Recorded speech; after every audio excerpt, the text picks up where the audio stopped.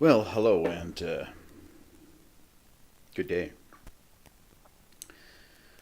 Today, I'm going to take a journey into the mind because it truly is all about the mind. And that's what I find fascinating about human design, how it takes the mind and gives it a purpose. Because before human design, I was under the belief and the conditioning that the mind was in control, the power of our mind. We become what we think about. All those things that weren't true. Were It was what the mind was talking. And more I think about it, and that's funny in itself, the mind is the problem, but it's not the enemy. We got to understand our mind is really nothing more than a byproduct of our brain. It sits at the top of our chart, our head center, and even Ross said it's not even in the vehicle itself, it's just outside the vehicle. And we've been led to believe that the mind is in control. And we've been led to believe that we can change that. We can manipulate the movie, so to speak. And in essence, we can. Like all simulations and programs can be changed. So the structure of the change here is human design. It allows you to see the program, and it allows you to see inside that program and how it's actually affecting you. So your open centers. Just think back, take a look at your charts, and the chart you see in front of you is really the 7-year-old self. We live in that 7-year cycle. So when I look at a chart now, I see that 7-year-old person and all the things that that person went through while growing up. So understanding that, it becomes pretty clear that the mechanics are fairly undisputable. And the only thing that will dispute the mechanics is our mind. For instance, the open solar plex. They're not self. 50% of the population are non-emotional. And again, that's a hard thing to grasp for some people. And the not self is to avoid conflict and truth. And again, that's not lying truth, it's truth of actually how you feel. And from the moment you're born, you come into this world with that imprint. And remember that it's the amplifier, and your whole life you've been avoiding conflict and truth, not rocking the boat.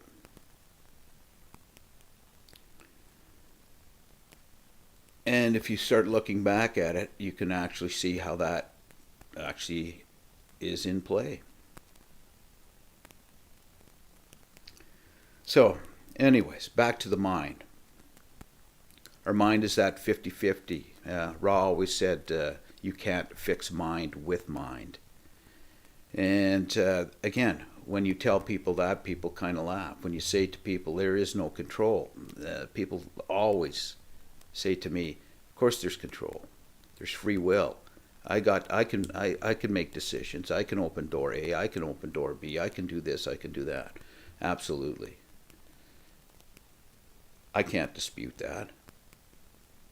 But the control lies in the outcome, not in the reaction. And we live in our whole life is a reaction.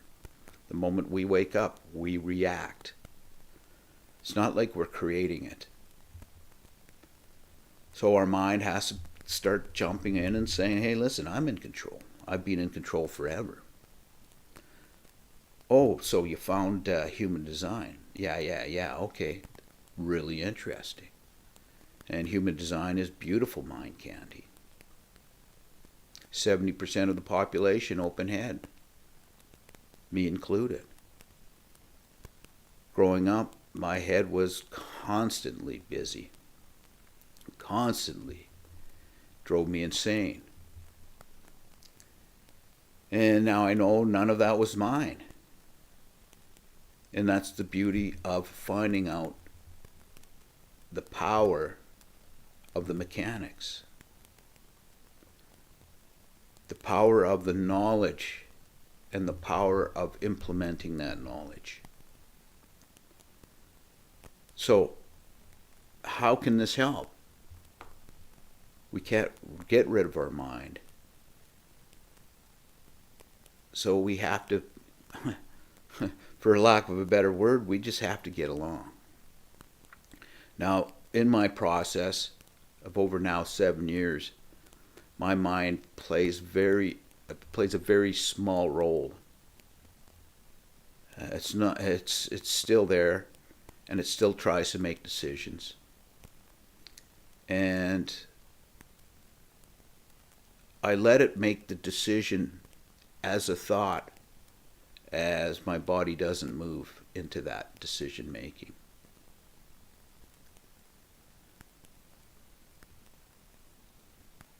So, how does that human design thing help you with this? Well, take a look at your open centers and see what the not selves are. And see every time you make a decision where that decision actually is coming from. And of course, the defined individuals that have, let's say, 8 centers, maybe even all 9 centers defined. Remember, that's your imprinting. That's your program, and there's no changing that. For the people with the open centers, that's where we can actually get updates to the program. And it allows us to start having that wisdom and understanding where that decision making comes from. Because again, it's all about decision making. That's in our entire life. So the frequency of the mind, let's not forget that the frequency of our mind is forever. You make that decision when you were 10 years old, and when you're 80, you say, your mind still says, if I only would have hit that home run, things could have been so much different. If I only had chosen this, if I only. And start thinking about what your mind does when you do make a decision with your mind. Oh, let's go for a hike, and your body really doesn't want to go for a hike. But your mind convinces you, come on, let's go. We got to do something. We need to do something. I'm not satisfied with this beautiful view that you're sitting at right now. So the mind says, let's get up. Let's go in the bush. Let's go for a walk. And next thing you know, a bear eats you. Now that's a simplistic analogy, and I'm kind of giggling as soon as I came to the end of that. But for the most part, and while you're getting eaten, you're saying to yourself, I should have listened to myself. I should not have got off that couch. I should not have moved from that chair. And we do it all the time. It's a 50-50 chance when it comes to our mind. So, what good is our mind? Well, first of all, our mind is here so it's our lens we can look through. And the more we don't allow our mind to make control us, the more that lens clears up. So your mind, again, is the not self. It's the spokesperson for all the open centers, open gates, and open channels. And it is the one making the decisions for the vehicle. Now, it sounds it sounds pretty fun, right? We get behind a car, or we get behind the steering wheel of a car, and we start going through all the gears and all the buttons and all the knobs, and we think it's great. But the vehicle is driving, and I always like the analogy, because when I'm driving my car, and I love my car, I love sitting in my car, I'm a second line, so my car is my cave on wheels. And I'm driving the car, and I always giggle going, look at this character, Bart driving the vehicle. Well, me, the passenger, is watching this, but I'm driving the vehicle, but I'm the passenger. So I always giggle when I'm driving, because I'm the passenger and the driver, and it's really fun to start playing it that way. So back to the mind. The open, the not self strategy is we're always trying to answer everybody's questions. And that can become very daunting and very tiresome, and put you in a lot of different predicaments. So let that mind babble. Let that mind, I want to say, let it think it's in control, but don't allow it to be in control. It's not, you can't shut your mind off. And, the last 100 years, I'm going to say, pharmaceutical industry has come up with 1 billion ways to try to shut the mind off. Mother Nature has all sorts of herbs and remedies to calm that mind. But the biggest thing is the knowledge of knowing what that mind is. Now, some of you have all 3 gates activated, 64, 61, 63.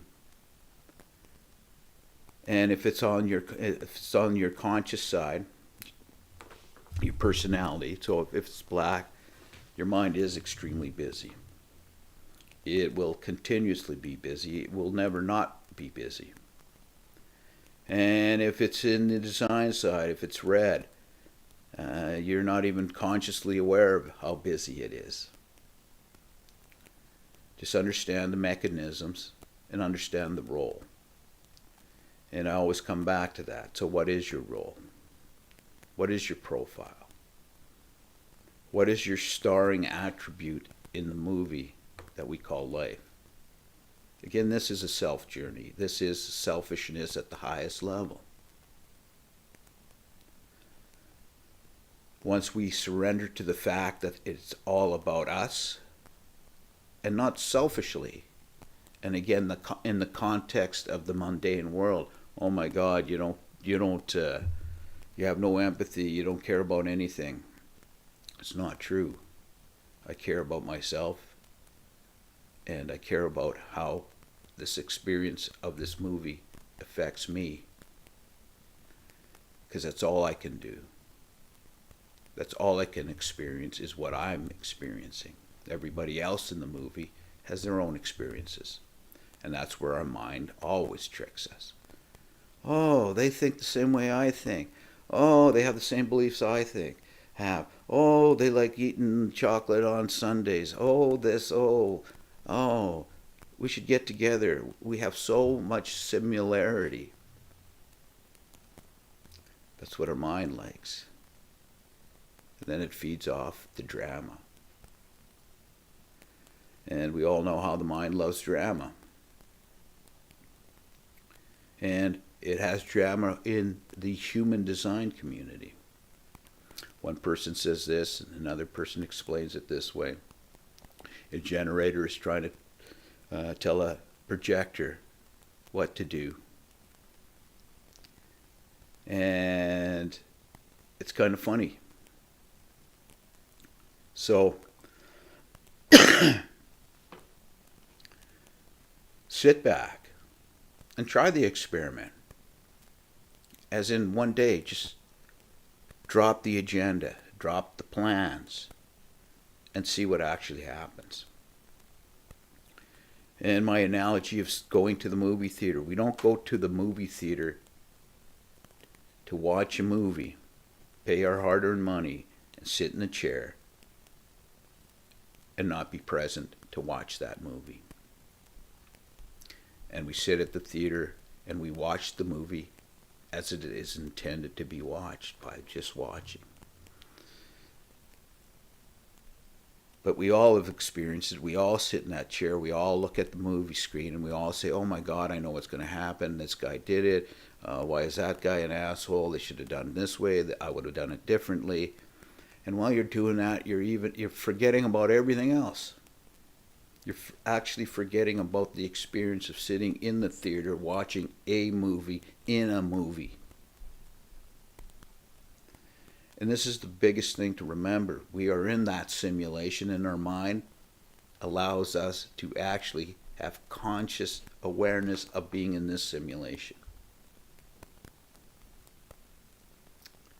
John Martin's his analogy, that black squirrel riding on that red train, and we're just flying through space. And as we're flying through space, we all know things come to us, and we react. And again, I got off on track, and I got off on the blabble, and that's okay. I had no plan and I had no agenda coming into this broadcast. And I'm understanding the importance for me to, when my body decides to push this play button, it's my body talking. And it's not my mind. And my mind right now is giggling, going, blah, blah, blah, blah. And my body is calmly going, whatever. 2-4 projector. I'm in my cave. I'm in my element. I love my solitude. But again, the mind is never, ever satisfied. Ever satisfied. And, a few days ago, Christmas is a perfect example. For me as a child, Christmas was the most disappointing day ever. Ever. Along with birthdays. Because there was that expectation that somebody listened to what I would want. Or more importantly, what my mind wanted. And that gave me lots of bitterness. And that's our not self signature of the projector. And I still actually have quite a bit of bitterness of all that, but I don't allow my mind. I can process that, but more importantly, my mind isn't. I'm not allowing my mind to make decisions because of memories of the past, or trying to make decisions about the future. I'm a knower. I'm a thinker. 61 unconscious. So for me, I've learned that my mind can be quiet and it doesn't need to be babbling all the time. I'm content to have a piece of toast with no butter. I don't need 2 pieces of toast. And I'm satisfied and content knowing who I am as a projector. So, again, my experience. This is how I have experienced human design. So, my purpose here, I'm supposed to know the other, guide the generator, and how much more can I tell a generator than to respond?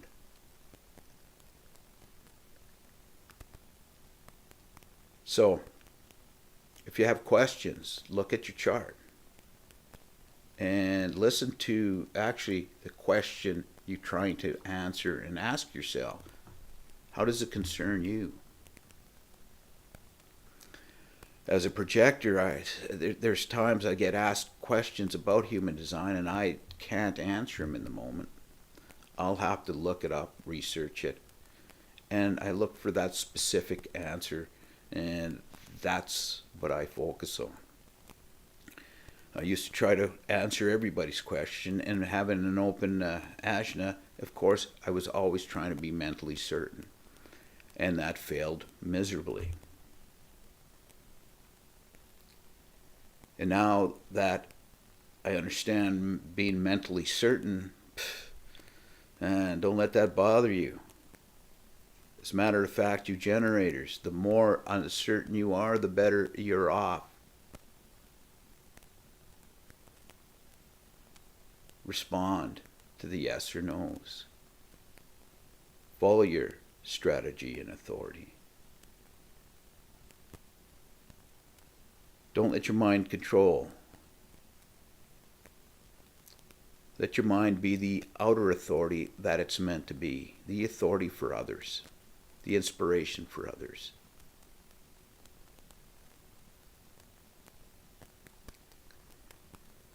And don't take it personal. As much as this is a personal journey,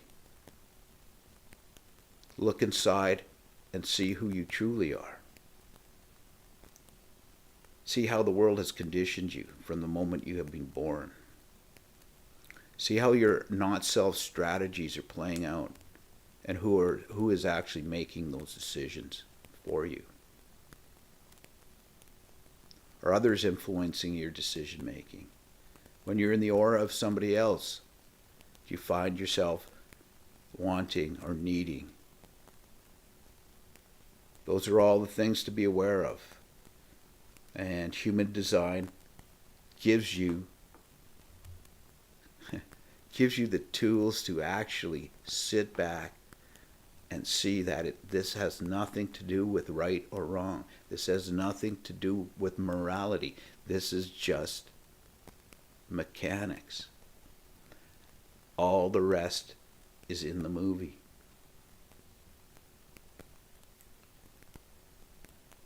And we all have this underlying need of being the star in the movie. And in order to be the star in the movie, you have to be you. You can't be an actor. You cannot be a generator playing the role of a projector, or vice versa, or a reflector, or a manifester. And I see that too often. Too often. And again, that's our mind, our pineal gland, taking credit for the illusion, thinking it's in control of everything. So, few reminders. 6 profiles. Again, so important to understand your profile. Your conscious side, your design side. And more importantly, look at your child's charts. Look deeply into their profiles. Respect who they are as that individual, that unique person in that chart. And treat your children for who they truly are. It's one of my passions now. That for me, I know what I know, and I'm going to go to my grave with a smile on, going, wow, wish I knew this shit a lot sooner. But unfortunately, that's how the movie's playing out. And the past has no bearing, and the future isn't here. So I get to experience everything right now as I sit in my cave doing what I'm doing right now.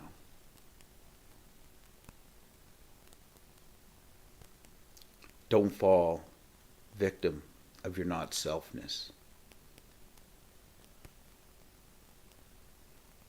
Open G, love and direction.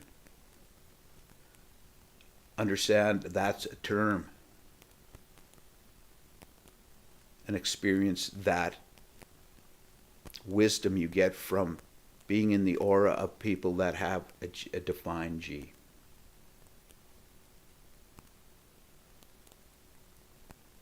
Sacral. Know when enough is enough. And this is the hardest thing for me and a lot of projectors I know, especially when we're in the aura of generators. I never know when enough is enough. My body does. My mind doesn't. And again, remember, that's the whole key point. The not self is the mind. Avoiding conflict and truth. The mind is telling you that. No, we shouldn't do that because it's going to rock the boat. It's going to get my dad, it's going to get my mom all pumped up. I can't take this. I hate feeling like this. It's just like, I feel like, oh, blah, blah, blah. Open spleen. Oh my God, I can't leave her. I can't leave him. I don't know what, there's something about it. It just makes me feel good, but the black eye really doesn't, no, it's just one of those things that just happened.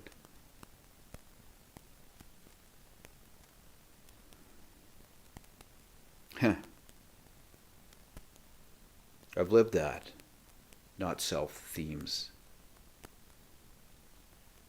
And it's something to behold.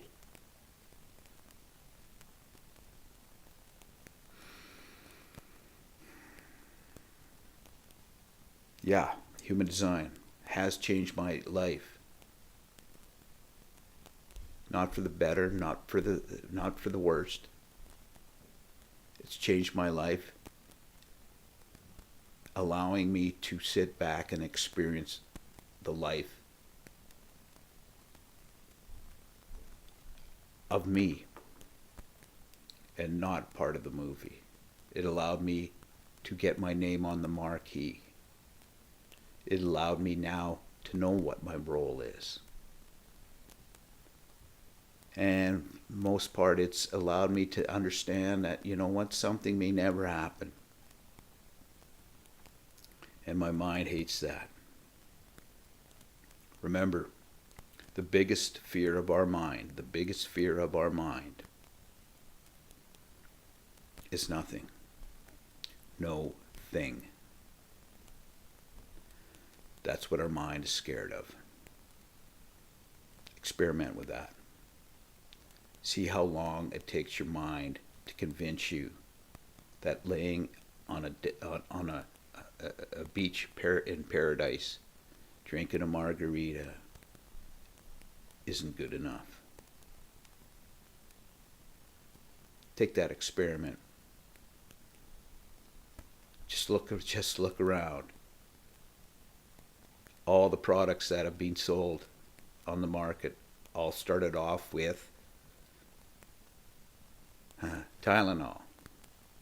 And then that wasn't good enough. Extra strength Tylenol. And that wasn't good enough. Let's add a little this and let's add a little of that. And a funny line from one of my favorite comedians, Dennis Leary, his comment was, only in America where cocaine isn't good enough. And we see that all the time. Doesn't taste good enough. We need to make it better. We need to do it better. We have to make it bigger. We have to do this. We have to go to the moon. We have to go to the planet. We have to, oh my God. We just can't sit back and let the movie play out without interfering.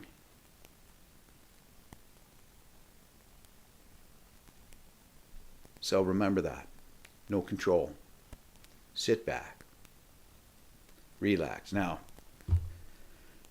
again, that statement, and immediately, as soon as I say that statement, I see the single mom with the 5 kids in a small apartment, and you're saying, are you fucking kidding me? Sit back and relax.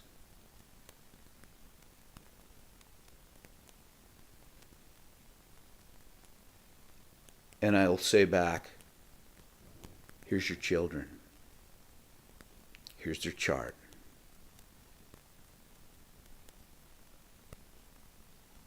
This might make it easier. And you can see the potential of what your children can be.